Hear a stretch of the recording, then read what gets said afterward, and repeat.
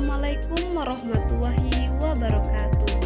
Halo teman-teman, perkenalkan nama saya Susi Oktaleza dengan NIM 2030207095 dari kelas pendidikan biologi 2. Pada video pembelajaran kali ini kita akan membahas tentang fungi.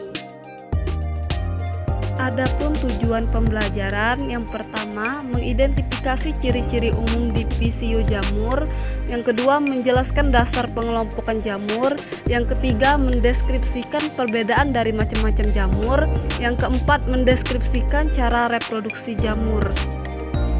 Sebelumnya, apakah teman-teman tahu apa fungi itu? Fungi merupakan salah satu kingdom dalam klasifikasi makhluk hidup. Ciri-ciri umum kingdom fungi: 1. Eukariotik, 2. uniselular dan multiselular, 3. heterotrop, 4. tidak berklorofil, 5. dinding sel tersusun atas kitin, 6. penghasil spora, 7. tubuh bertalus, 8. hidup di daerah lembab atau mengandung zat organik. Cara hidup fungi. Adapun cara hidup fungi antara lain: 1. saprofit, yaitu mengambil zat organik dari sisa-sisa organisme mati, biasanya merupakan dekomposer. 2.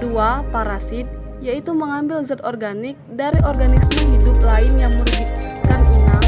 Yang ketiga, simbiosis mutual, yaitu mengambil zat organik dari organisme hidup lain yang saling menguntungkan. Bentuk-bentuk fungi. Berdasarkan bentuk tubuhnya, fungi dibedakan menjadi: 1. hamir atau yes, yaitu fungi uniseluler dikenal sebagai ragi. Kemudian yang kedua, kapang atau mol, yaitu fungi multiseluler yang berbentuk benang atau filamen. Yang ketiga, cendawan atau mushroom, yaitu fungi multiseluler yang berbentuk tubuh buah. Tubuh buah dapat berbentuk payung, contohnya Lentinus edodes atau jamur hiyoko. Selanjutnya ada kuping, contohnya Auricularia polytricha atau jamur kuping. Selanjutnya ada setengah lingkaran, contohnya Ganoderma aplanatum, dan yang terakhir bulat, contohnya Polvariella volpaceae atau jamur merang. Selanjutnya ada klasifikasi jamur.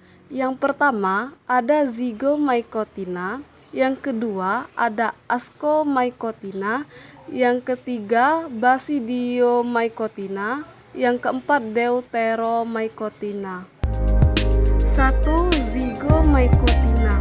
Jamur ini dinamakan Zygomycetes karena membentuk spora istirahat yang berdinding tebal yang disebut zygospora.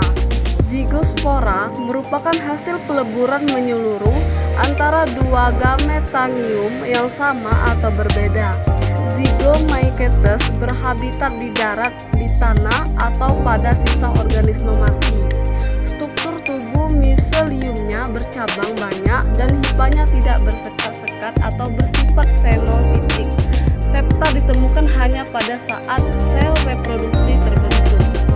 Cara reproduksi Zygomycetes dapat bereproduksi secara aseksual dan seksual. Reproduksi secara aseksual adalah dengan spora yang dihasilkan oleh sporangium. Reproduksi seksualnya dengan konjugasi. 2. Ascomycotina.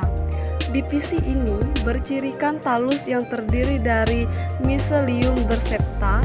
Reproduksi seksual membentuk askospora di dalam askus. Ada yang hidup sebagai saprobe atau dalam tanah, kayu membusuk, atau sebagai parasit yang menimbulkan penyakit pada tumbuhan.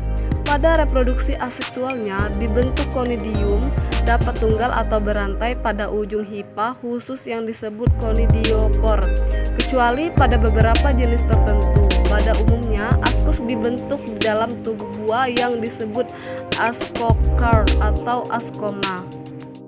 Divisi ini sebagian besar mikroskopis dan sering dijumpai di tanah dan di hutan. Ciri utamanya ialah hipa septat dengan sambungan apit atau clamp connection. Spora seksualnya terbentuk pada basidium yang berbentuk ganda.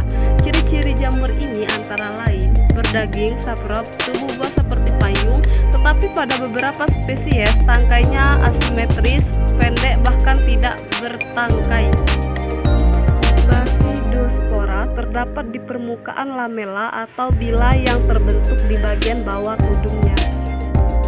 4. Deuteromycotina. Divisi terakhir ini disebut juga fungi imperfecti karena belum diketahui adanya reproduksi seksual. Tipe septet atau uniseluler. Kebanyakan anggotanya mempunyai kekerabatan dengan Ascomycotina, beberapa Basidiomycotina. Reproduksi jamur ini secara aseksual dengan menghasilkan hifung khusus disebut conidiophore. Kemungkinan jamur ini merupakan suatu perkembangan jamur yang tergolong Ascomycetes ke Basidiomycetes, tetapi tidak diketahui hubungannya. Cara hidup jamur ini bersifat saprofit di banyak jenis materi organik sebagai parasit pada tanaman tingkat tinggi dan perusak tanaman budidaya dan tanaman hias.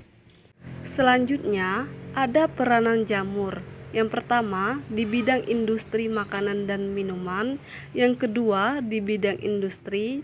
Yang ketiga, di bidang kedokteran. Yang keempat, di bidang pertanian. Di bidang industri makanan dan minuman, Rhizopus oryzae, jamur ini tumbuh dan mengaitkan butir-butir bungkil atau kedelai menjadi tempe. Siapa yang belum pernah makan tempe? Barangkali umumnya orang Indonesia pasti sudah mencicipi makanan yang bernama tempe. Rhizopus dapat mengubah amilum dalam kedelai menjadi gula dan dapat memecah protein dan lemak yang ada di dalam sel-sel kedelai dan kacang sehingga tempe itu mudah dicerna oleh pencernaan kita. Selanjutnya di bidang kedokteran, Penicillium notatum dan Penicillium cheirosogenum adalah jenis jamur yang menghasilkan penisilin, yaitu zat antibiotik. Alexander Fleming adalah orang yang menemukan zat antibiotik tersebut. Hygrophorus dan Lycoperdon perlatum berguna sebagai decomposer. Baiklah teman-teman, itu saja video pembelajaran dari saya. Terima kasih. Wassalamualaikum warahmatullahi wabarakatuh.